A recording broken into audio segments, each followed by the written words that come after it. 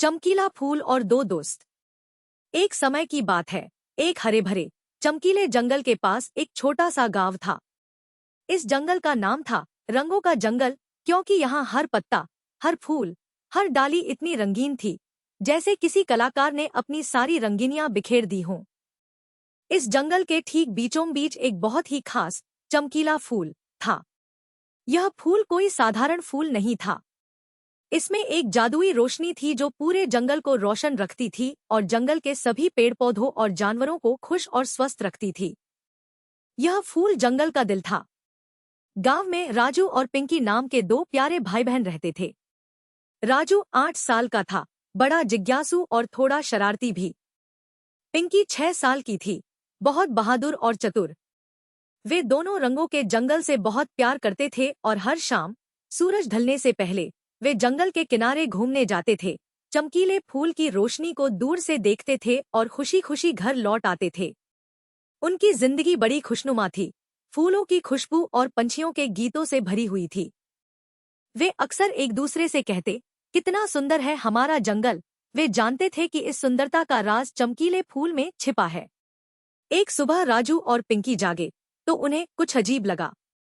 सूरज तो निकला था, लेकिन उसकी रोशनी इतनी तेज नहीं थी। पेड़ों के पत्ते उदास लग रहे थे और फूलों के रंग भी फीके पड़ गए थे।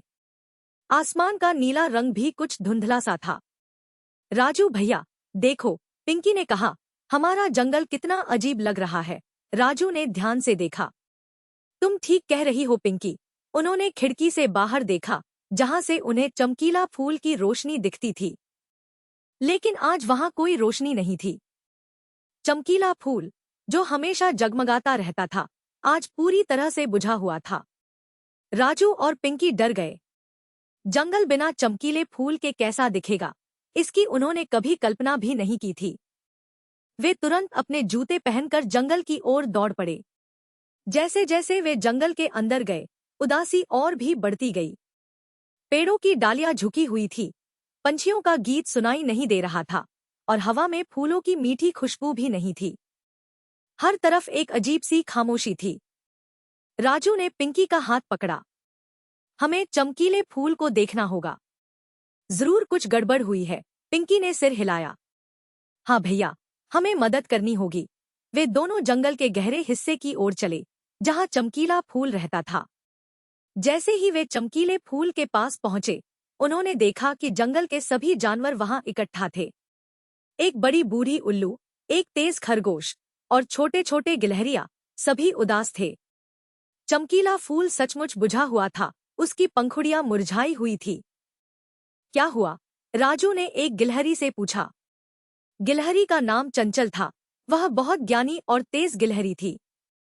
चंचल ने दुखी होकर कहा, राजू, पिंकी, चमकीला फूल की रोशनी चली गई है। उसकी जादुई ओस की बूंद, जो उसे शक्ति देती थी, कहीं गायब हो गई है। जादुई ओस की बूंद? पिंकी ने पूछा। चंचल ने समझाया, हाँ, हर रात चांद की रोशनी से एक विशेष ओस की बूंद बनती है जो सीधे चमकीले फूल पर गिरती है और उसे अगले दिन के लिए शक्ति देती है। लेकिन कल रात एक शैतान रंगीली तितली, मीठी, जो चमकती चीजों को पसंद करती है, उस बूंद को उठाकर ले गई। उसने सोचा कि यह एक चमकदार खिलौना है। चंचल ने अपनी छोटी सी पूंछ हिलाई और कहा, अब हमें वह बूंद वापस लानी होगी, नहीं तो जंगल हमेशा के लिए अपनी चमक खो देगा। राजू और पिंकी ने एक दूसरे की ओर देखा। हम मदद करेंगे, राजू ने कहा। लेकिन हम मीठी तितली को कहाँ ढूंढेंगे? पिंकी ने पूछा। चंचल ने मुस्कुराते हुए कहा, मीठी तितली को ढूंढना आसान नहीं है, लेकिन मेरे पास एक पहेली है। इस पहेली को सुलझाओ और तुम्हें पहला सुराग मिलेगा। जो सबसे ऊपर देखता है और सबसे नीचे सुनता है, वही तुम्हें आगे का रास्ता दिखाएगा। राजू और पिंकी ने सोचा। राजू ने आसमान की ओर देखा, फिर जमीन की ओर। पिंकी ने कहा, क्या इसका मतलब पेड़ है? पेड़ की जड़ें नीचे होती हैं और पत्तियां ऊपर। चंचल ने अपनी आंखें झपकाईं। बहुत बढ़िया पिंकी, तुम बहुत तेज हो। जाओ सबसे ऊंचे पेड़ के पास। राजू और पिंकी तुरंत दौड़ पड़े, चमकीले फूल को वापस लाने के लिए दृढ़ संकल्पित। वे जंगल के सबसे ऊंचे पेड़ की ओर भागे, जो आसमान को छूता हुआ प्रतीत होता था। रास्ते में उन्हें एक छोटी टूटी हुई लकड़ी की पुलिया मिली। पुलिया थोड़ी डगमगा रही थी, लेकिन पिंकी ने हिम्मत नहीं हारी। मैं पहले जाती हूँ, उसने कहा और धीरे धीरे एक एक कदम करके पुलिया पार की। राजू भी उसके पीछे पीछे गया, सावधानी से कदम रखते हुए।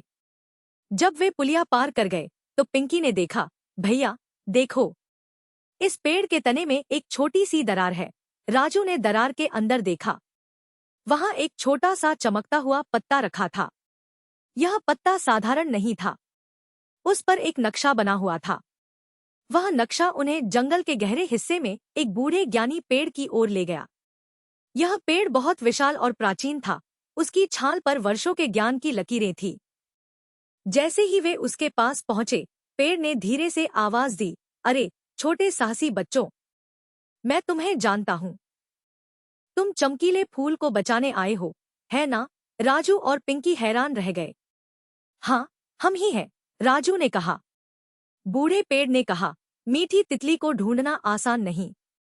वह बहुत शरारती है और उसे मीठी चीजें पसंद है। पेड़ ने अपनी एक टहनी हिलाई और एक सुंदर लाल जामुन नीचे गिरा। यह जामुन तुम्हें अगले सुराग तक ले जाएगा। जहां सबसे मीठा गीत सुनाई दे, वहीं जाओ। राजू ने जामुन उठाया और पिंकी के साथ आगे बढ़े। जामुन की खुशबू और बूढ़े पेड़ के बताए रास्ते पर चलते हुए वे जल्द ही एक सुंदर जगह पहुंचे जहां पंछियों का एक झुंड मधुर गीत गा रहा था। यह एक छिपा हुआ झरना था, जिसका पानी क्रिस्टल जैसा साफ था और सूरज की रोशनी में चमक रहा था। कितना सुंदर गीत है, पिंकी ने फुसफुसाते हुए कहा। पंछियों ने उन्हें देखकर और भी मधुर गीत गाना शुरू कर दिया। राजू ने ध्यान से देखा और झरने के किनारे एक छोटी सी चमकदार कंकड़ देखी। कंकड़ पर एक छोटी सी तितली बनी हुई थी और उसके नीचे एक निशान था जो एक छोटी गुफा की ओर इशारा कर रहा था। यह जरूर मीठी तितली का सुराग है, राजू ने कहा। वे उस छोटी गुफा की ओर चले जो घनी झाड़ियों के पीछे छिपी हुई थी। गुफा का प्रवेश द्वार कुछ रंगीन पत्थरों से ढका हुआ था। पत्थरों पर अजीबोगरीब आकृतियां बनी हुई थी। यह एक छोटा सा पहेली था। पिंकी ने कहा, भैया देखो, इन पत्थरों को सही क्रम में रखना होगा। एक पत्थर पर फूल बना था, दूसरे पर पत्ती, तीसरे पर बादल और चौथे पर सूरज। राजू और पिंकी ने याद किया कि जंगल में चीजें कैसे बढ़ती हैं।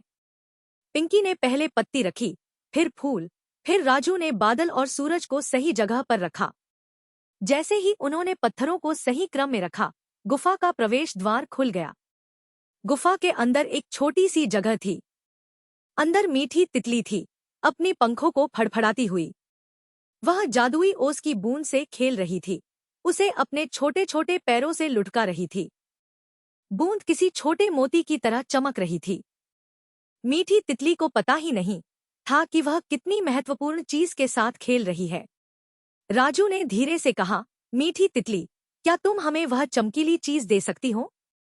हमें उसकी बहुत जरूरत है। मीठी तितली शरारती आंखों से उनकी ओर देखी। नहीं, यह मेरा है, मैं इससे खेल रही हूं। उसने ओस की बूंद को और कसकर पकड़ लिया। पिंकी ने मीठी तितली को देखकर एक विचार आया। मीठी, यह बहुत सुंदर चीज है, लेकिन क्या तुम्हें पता है कि यह तुम्हारे और पूरे जंगल के लिए कितनी जरूरी है? मीठी तितली ने सिर हिलाया। यह चमकीला फूल की रोशनी है। अगर यह बूंद फूल पर नहीं गई तो जंगल के सारे रंग फीके पड़ जाएंगे और तुम भी अपनी सुंदर चमक खो दोगी। मीठी तितली ने अपनी पंखें देखीं, जो पहले से ही थोड़ी फीकी लग रही थी। सच में? उसने पूछा। राजू ने एक मीठा जामुन निकाला जो बूढ़े पेड़ ने दिया था। अगर तुम यह बूंद हमें दे दो तो हम तुम्हें यह मीठा जामुन देंगे, और जब फूल दोबारा चमकेगा तो तुम्हारी पंखें पहले से भी ज्यादा सुंदर हो जाएंगी। मीठी तितली ने सोचा। उसे जामुन पसंद था और उसे अपनी पंखें बहुत प्यारी थी। उसने धीरे से ओस की बूंद छोड़ दी और जामुन लेकर खुशी खुशी उड़ गई। राजू ने सावधानी से जादुई ओस की बूंद को उठाया। यह एक छोटा, पारदर्शी मोती जैसा था, जिसमें एक हल्की चमक थी। चलो, जल्दी करो, पिंकी ने कहा। वे दोनों वापस चमकीले फूल की ओर भागे। उनके दिल उम्मीद से भरे हुए थे। जंगल में अभी भी खामोशी थी, लेकिन हवा में एक नई ऊर्जा महसूस हो रही थी। जब वे फूल के पास